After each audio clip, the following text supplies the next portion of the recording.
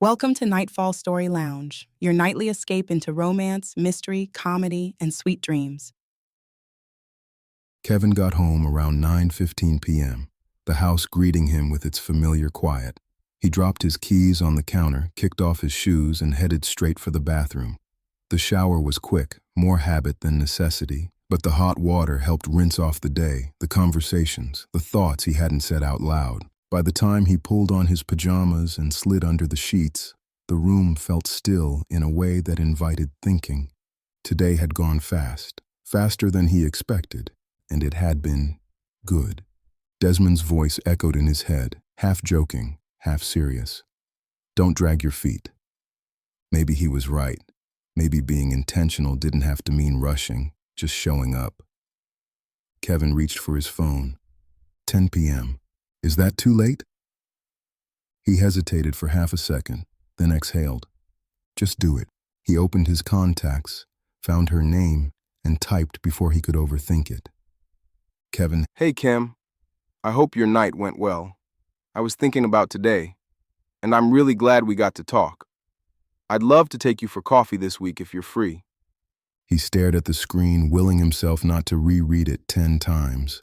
The typing bubble appeared. Kim. Hey, thank you for texting me. I would like that. A smile tugged at the corner of his mouth. Kevin. Great. I hope I didn't wake you. Are you free tomorrow? Kim. I was awake. The girls just left here. I have a break tomorrow from 11 to 1 for lunch. I can drink coffee anytime. Kevin. I'm glad you enjoyed your time with them. Can I pick you up from your office at 11? He paused, thumb hovering, then sent it anyway. Kim. You don't have to do that. I can meet you somewhere. Kevin. I want to. I'll get you back in time. Kim. Okay, that's fine. I just don't want you to go out of your way. Kevin. You deserve nothing less. How are the girls? Kim. They're doing well, crazy as ever. Nia is a tax lawyer and always has wild stories. Ivy's an analyst and still doesn't bite her tongue. Ballad's in med school, finishing her residency. We ate, talked, and watched some TV before they left. Kevin could picture it easily, her on the couch, comfortable, surrounded by people who knew her. Kevin. You've always been a great friend. I'm glad y'all are still close. Desmond's living here in Charlotte and doing well. Deuce has just been working nonstop. Kim. I'm sure we'll get a chance to really catch up tomorrow. Is there anything you need help with regarding the house? He glanced around the room, boxes still half unpacked, Aunt Margot's presence lingering in every corner. Kevin. Honestly, I'm not sure yet. I want to make it my own, but still keep some of the things she loved. I've only unpacked a little. Thank you for offering. I'll take you up on it once I figure out the direction. Where do you live, if you don't mind me asking? Kim. I live in an apartment uptown, close to the office. I like it. It's safe and cost-effective for now. Kevin. Sounds nice. I'll let you get some rest. I could text you all night, but I know you have an early morning. I'll see you tomorrow. Good night. Kim. Good night. Kevin set the phone down on his chest and stared at the ceiling. She's easy to talk to, he thought. Too easy. He checked the time. 11 p.m. An hour. They'd been texting for an hour without either of them trying. Before he could second-guess himself, he opened a browser and made a reservation at Church and Union. Nothing flashy, just intentional. Comfortable. Grown. He placed his phone back on the nightstand, a quiet smile settling in as he turned onto his side. Tomorrow mattered, and for the first time in a long while, Kevin felt ready for that. Kevin woke up already smiling. It surprised him.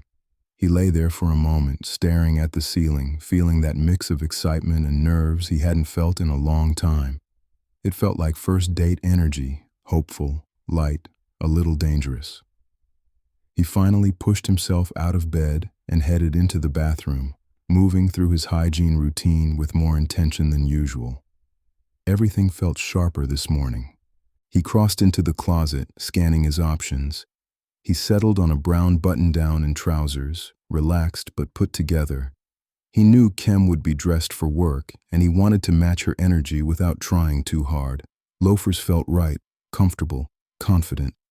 He added his watch, a simple necklace, a bracelet, and finished with a familiar cologne, clean, warm, subtle. After brushing his hair, he grabbed his keys and shades. First stop, flowers. Kem had always loved flowers. That hadn't changed. He stood in the shop for a moment before choosing astral white roses, safe, elegant, symbolic without saying too much. New beginnings without pressure. She wouldn't expect them, and he liked that. Kevin pulled up to her office at 10:40 a.m., his black Genesis GV80 easing into a spot near the entrance. He stepped out with the bouquet in hand, shades on, then removed them as he reached the door. He took a quiet breath before walking inside. A young woman behind the desk looked up and smiled. Hello, how may I help you?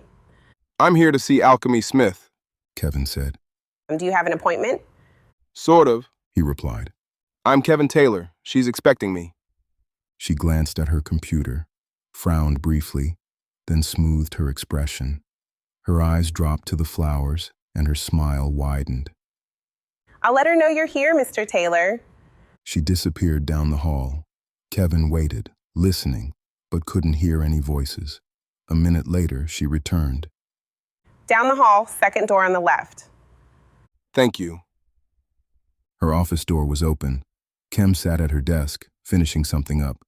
Kevin stepped inside quietly, taking in the space. It was larger than he expected, clean, intentional. She didn't look up. Just give me a second. She said. I'm almost done. No problem. Take your time. He moved toward a bookshelf on the left. Framed photos caught his eye. Kem and Nia in their cap and gowns, Ballad and Ivy standing beside them, all smiling wide. Her degree hung nearby, neatly framed. He smiled to himself as he heard her laptop close and her desk drawer lock behind him. I'm ready. Kem said. Kevin turned. Hi. He said, stepping closer. These are for you. Her surprise was immediate, eyes wide, mouth open for half a second before her smile took over. He watched her reaction carefully. Oh, wow, thank you. I wasn't expecting these. She said, taking the bouquet. They're beautiful. She leaned in, breathing them in, her smile softening. She pulled a vase from a drawer behind her desk and set the flowers inside. I'll put them in water once I get back. She said, grabbing her purse. Shall we? Kevin asked, gesturing toward the door. We shall. She replied with a smile. They walked out together. The receptionist smiled as they passed. Outside, Kevin held the door for her, then opened the car door.